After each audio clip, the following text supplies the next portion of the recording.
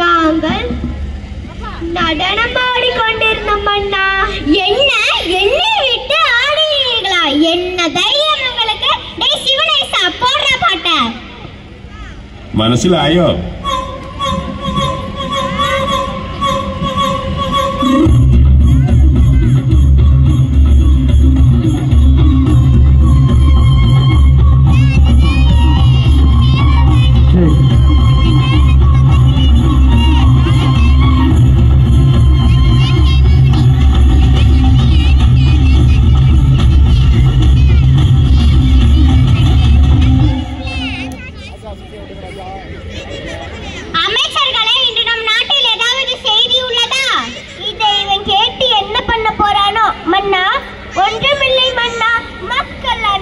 மக்கள் அனைவரும் நலமாக உள்ளனர். அமைச்சர்களே, தெனாலிராமன் இன்னும் அரசவைக்கு வரவில்லையா? ஆமண்ணா, தர்பாருக்கும் வரவில்லை, தகவலும் அனுப்பவில்லை. என்ன தைரியம் இந்த தெனாலிராமனுக்கு? இன்னும் வரவில்லையா? காவலாளி, நீ சென்று தெனாலிராமனை அழைத்து வா. ஆமா, இங்க இருக்க அமைச்சர்களுக்கே வேலை இல்லாம வெட்டியா இருக்காங்க. இவன் வந்து என்ன செய்ய போறானோ? மன்னா, தெனாலிராமனின் குழந்தை அழுது அடம் பிடிக்கிறதாம். அதை சமாதானப்படுத்திவிட்டு வருவதாக கூறினார் மன்னா. என்ன தைரியம் இருந்தால் தெனாலிராமன் இப்படி சொல்லி அனுப்புவான்? தன்னை அறிவாளி என்று சொல்லிக் கொள்ளும் தெனாலிராமனுக்கு அழுகின்ற குழந்தையை சமாதானப்படுத்த முடியவில்லையா? இது என்னால் நம்ப முடியாது. இப்பொழுதே தெனாலிராமன் இங்கே வர வேண்டும். வரவில்லை என்று சொன்னால் கட்டியிழுத்து வாருங்கள். அப்படியாகட்டும் அண்ணா.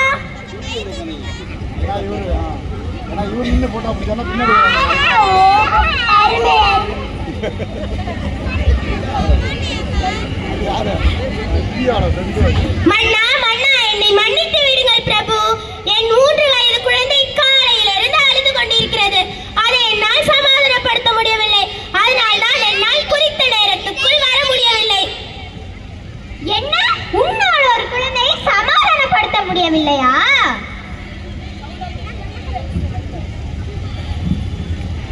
மன்னா, உண்மையை சொல் தெனாலிராமா. மன்னரிடமே பொய் சொல்கிறாயா? நான் நடந்ததை சொல்கிறேன், கேளுங்கள். காலை எழுந்தவுடன் என் குழந்தை கரும்பு கேட்டது. நானும் வாங்கி தந்தேன். பிறகு அதை பிழிந்து சாறு தரும்படி கேட்டது. நானும் அவ்வாறே செய்து ஒரு கோப்பையில் ஊற்றி கொடுத்தேன்.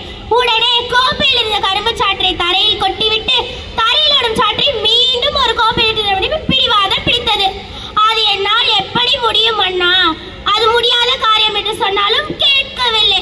அதனால் தான் தாமதமாகிவிட்டது.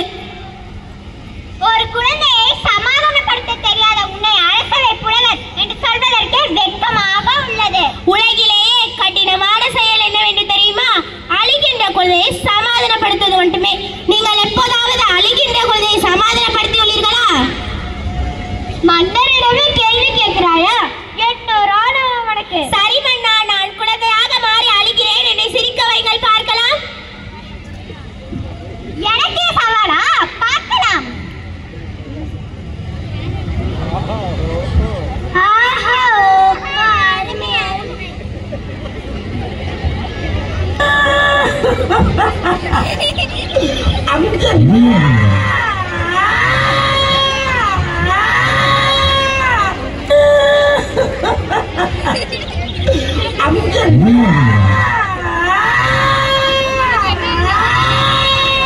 அழாதடா கண்ணே, உனக்கு என்னத்தான் வேண்டும் என்று சொல்லுடா ராஜா. பழம் தட்டுமா, பால் கொண்டு வர சொல்லட்டுமா ராஜா? அண்ணா, நீங்கள் குழந்தையை எவ்வளவு அன்பாக கொஞ்சுகிறீர்கள்.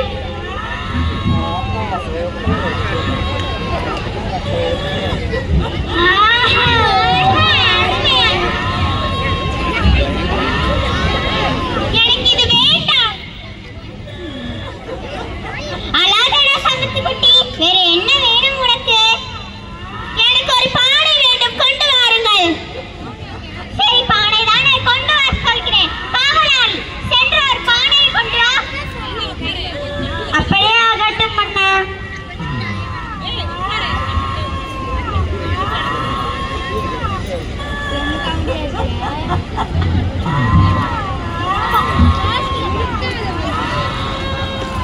பானையை வைத்து விளையாட போகிறாயா?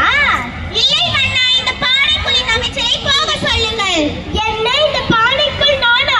எப்படி போக முடியும்? என்னால் முடியாது, என்னால் முடியாது. இல்லை, நீ போகத்தான் வேண்டும்.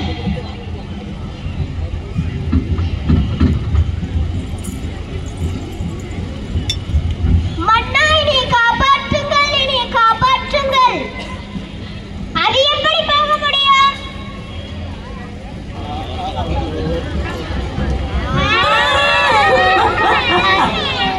அட, நிறுத்துங்கடா, அல்ல கைகளா. ஏன் சத்தமாக அழைக்கிறாய்? பானைக்குள் போக முடியாது. வேற என்ன வேணும் உனக்கு?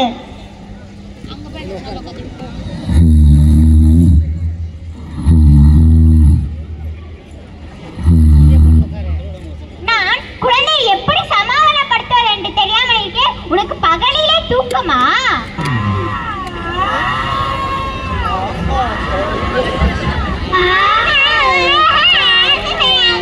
அட, நிறுத்துங்கடா, லகட பாண்டிகளா.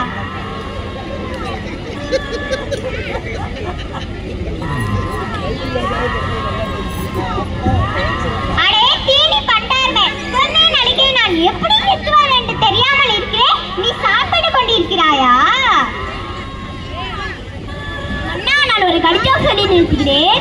குழந்தாய், எனக்கு இப்படி தின்பண்டம் எது? அதை போய் எழுகிட கேளுங்கடா. அடே அறிவு கெட்ட மங்கூனி அமைச்சர்களே, குழந்தை நடிகை நிறுத்துங்கடா. மன்னா, மன்னா, நான் அழுகும் குழந்தையை சிரிக்க வைக்கிறேன் பாருங்கள். அங்கே பாரு, ஒரு காகம் பறக்கிறது. போடா லூசு, காகம் என்றால் பறக்கதானே செய்யும்.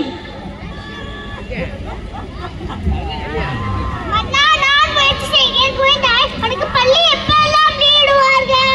அடே முட்டாள் அமைச்சரே, அவங்க உட்கார்ந்து காலம் அவங்க கிட்ட போய் கேளுங்க.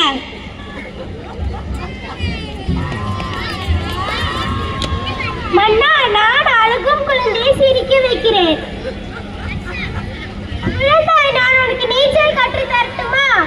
தரையில் எப்படியா நீச்சல் அடிக்க முடியும் முட்டாள் காவலரே?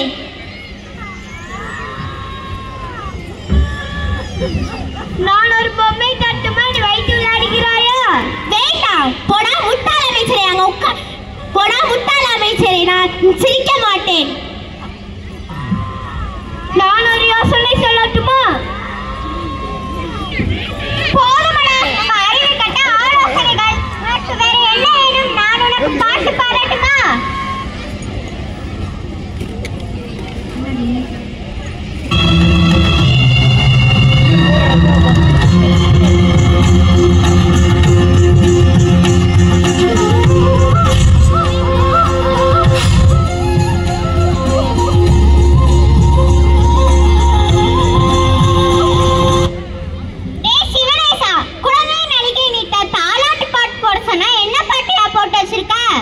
வேற பாட்டு போடுமையா?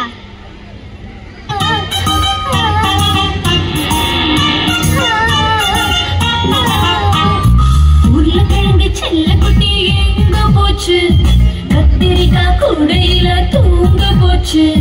கத்திரிக்காய் எட்டி முறைக்கு அழுதுருச்சு. அம்மா வந்து கொஞ்சினதோ சிரிச்சிடுச்சு.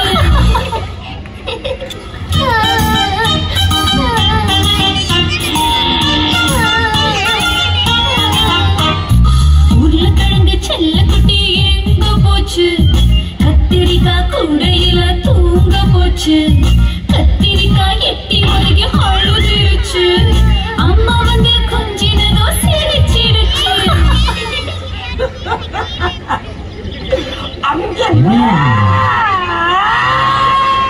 நான் கதை சொல்லட்டுமா?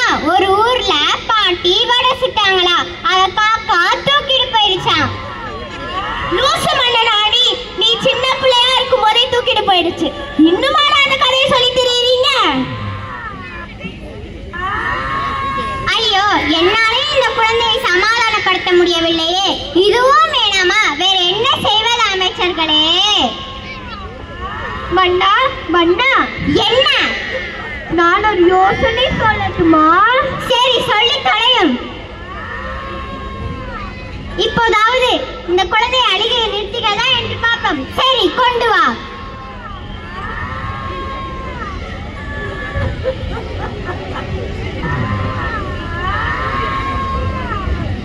செல்போனை பார்த்ததும் இவ்வளவு ஆனந்தமா? எப்படியோ குழந்தையின் அழுகையை நிறுத்தி விட்டோம். ஆனா இது நல்ல பழக்கம் அல்ல. ஆமண்ணா. தென்னாலிராமா, நம் நாட்டில் இளைஞர்கள் செல்போனா சீரழிக்கிறார்கள். அதிலிருந்து அவர்களை மீட்க ஏதாவது வழி கூறுங்களேன். மாணவர்கள் தான் மிக முக்கியமானவர்கள். அவர்கள் தான் நம் நாட்டின் வருங்கால தூண்கள். முதலாவது பெற்றோர்கள் வீட்டில் செல்போன்களை குழந்தையிடம் கொடுப்பதை நிறுத்த வேண்டும். அடுத்தது, குழந்தைகள் கண்ணால் பார்ப்பதை அப்படியே செய்யும் ஆற்றல் உடையவர்கள். எனவே பெற்றோர்கள் வீட்டில் அதிக நேரம் தொலைக்காட்சியுடனோ நேரத்தை செலவழிக்காமல் குழந்தைகளுடன் சேர்ந்து உண்பதும் பேசுவதும் விளையாடுவதும் நேரத்தை செலவழிக்க வேண்டும். கண்டிப்பாக முடியாது. ஷபாஷ் ஷபாஷ் தென்னாலிராமா, நீ என் கண்களை மட்டுமல்ல, நம் நாட்டு மக்கள் அனைவரின் கண்களை திறந்து விட்டார். நம் நாட்டில் உள்ள அனைவரும் தென்னாலிராமன் கூறியதை கடைபிடிக்க வேண்டும். செல்போனை தேவைக்கு மட்டும் பயன்படுத்த வேண்டும். இதுவே என் கட்டளை. என் கட்டளையே சாசனம்.